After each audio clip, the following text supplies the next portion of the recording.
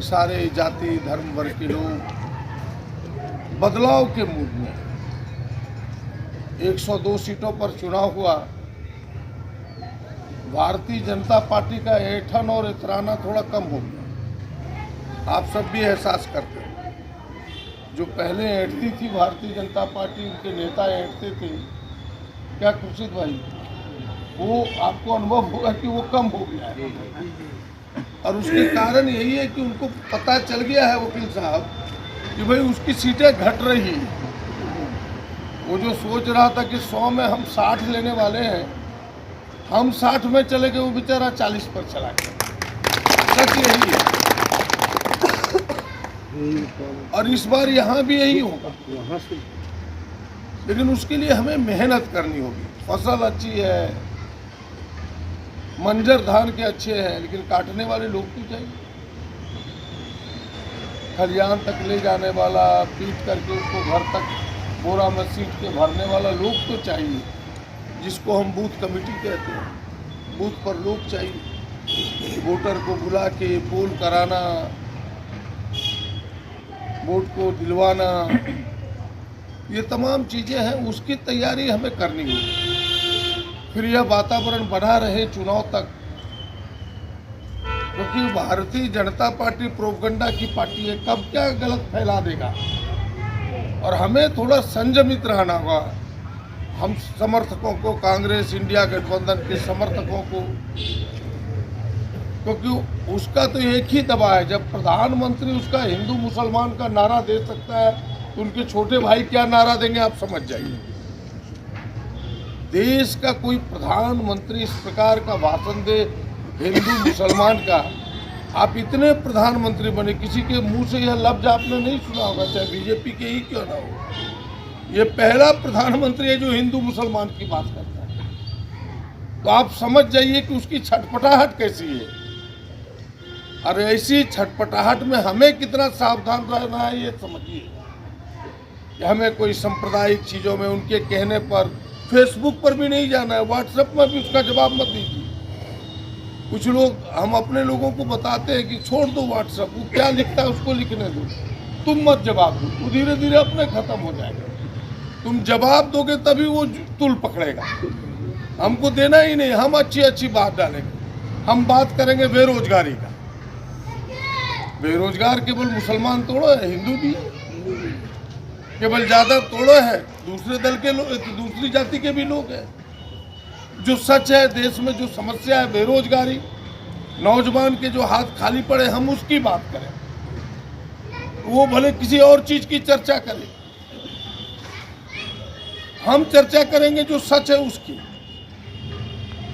हमने कल कांग्रेस ऑफिस में ही लोगों को कहा कि भाई अच्छी अच्छी बातें डालो जो लोगों को आकर्षित करे कि भाई हमारी पार्टी ने घोषणा की है कि हम सत्ता में आए।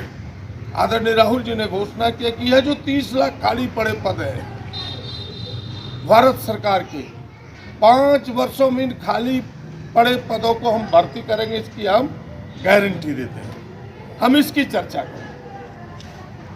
जो 10 वर्षों में इन्होंने किया नहीं, एक भी भर्ती नहीं किया, नौजवानों को बेरोजगार बना के रखा, जो महंगाई आसमान पर है, हम उसकी बात करें कि भाई जिस कारण गरीब का कमर टूट रहा है। जो लोग खाद 5 गुने दाम पर महंगे पर खरीद रहा है, पेट्रोल 100 के पार में खरीद रहा है, डीजल 100 के पार में खरीद रहा है, जो गैस का दाम इतना किल्लत है, हम उसकी चर्चा करें।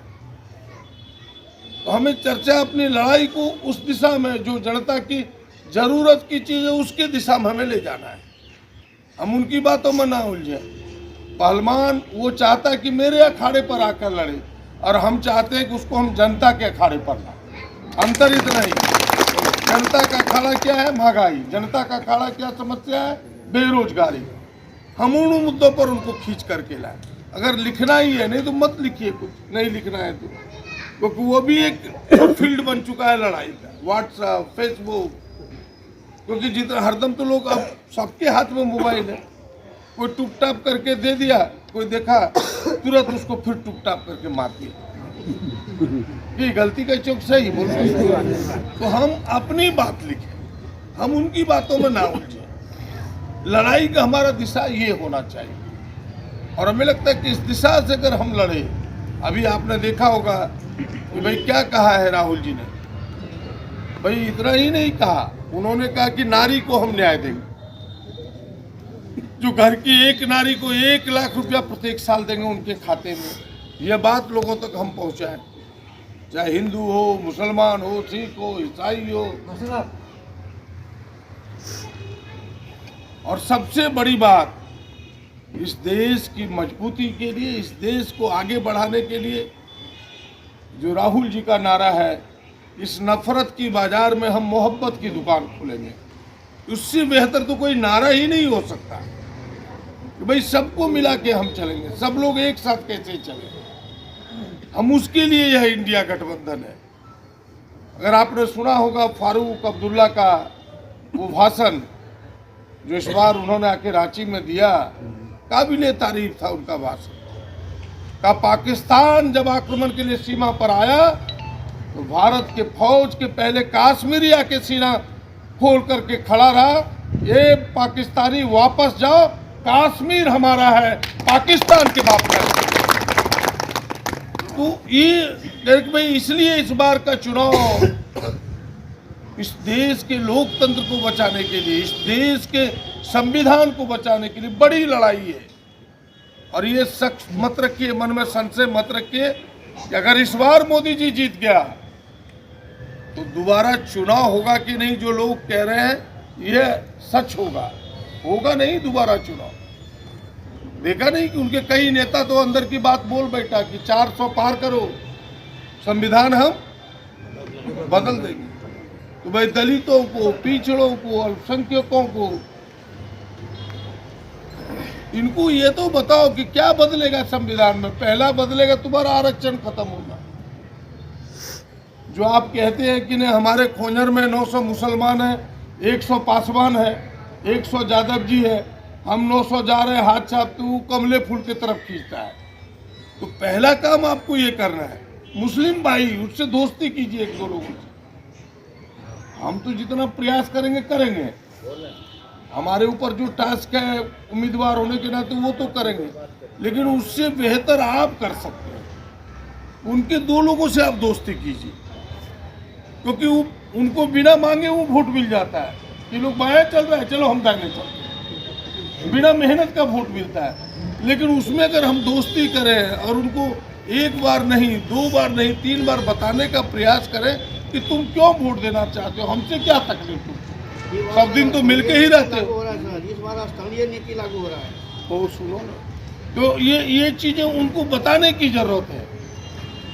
और जब आप इन चीजों को बताएंगे तो जो थोड़ा बहुत है, जो बात भाई साहब करे उसमें भी दम है। इस बार लोग उस मिजाज में नहीं है जो पहले था, लेकिन अगर कोई कोर कसर है, रंग अगर कच्चा है तो उसको हम पक्का करना चाहते हैं कि फिर रंग उतरे ही नहीं। कहे कि अंतिम में वो फेंकेगा ना कुछ ऐसा चीज, कुछ नहीं होगा तो कहेगा बजरंगबली का हाथे पर तोड़ देगा। ओ पहले सुनो ना बातों जो कह रहे थे, वो तो कुछ भी कर सकता है ना, उसको तो वोट लेना है किसी तरीके से। नहीं कुछ होगा तो कोई मस्जिदे में कुछ फेंक दिया। अब आप लोग समझदार हैं, पूरे समाज के सब लोग तो समझदार नहीं है। 4 अपने भाई में से मुस्लिम भाई को डंडा लेके खड़ा हो गया कि नहीं फल है फेंक लो।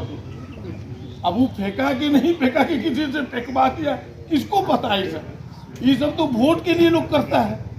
तो इन सारी चीज़ों से हम कैसे सावधान रखें अपने लोगों को। मेरा कहने का मतलब है कि ये इसी प्रकार के मुद्दों को जिंदा करेगा। आम लोगों की जरूरत के मुद्दों को वो छूने वाला नहीं है। जिन मुद्दों से लोगों को घाटा होगा, उसको मुनाफा होगा, उन मुद्दों को वो पकड़ेगा। कहानी इतनी ही है। तो हम कैसे कॉन्शस रहे, हमारे 10 लोग सभी बस्तियों में कैसे कॉन्शस रहे, हम उस पॉकेट को कैसे पकड़े।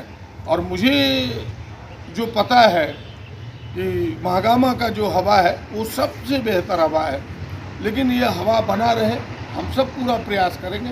मेरा जितना वक्त होगा इस 30 दिनों के अंदर में हम उतना वक्त दे पाएंगे। अब सब कहेगा कि नहीं फलना ठा नहीं गिलो बगदी गिले तो की कर दो बगदी गिले तो रह जाए लगता हमारे बात हम तो उतना संभव भी नहीं है कोई उम्मीदवार जा सकता है साल भर भी घूमेगा तो भी नहीं जा पाएगा। और जब हमारी बात क्यों करता है जो 15 साल से यहाँ एमपी है वो तो कहीं नहीं गया। अभी बड़ी बड़ी बात करता है कि हम चाय पी लेंगे तो क्या बोलता है मुरही घुगनी खाएंगे। अब बोलिए देवघर से उसको मुरही घुगनी खाने घंटी आना पड़ता है। बोलो देवघरों में करोने मिल लो हाँ हाँ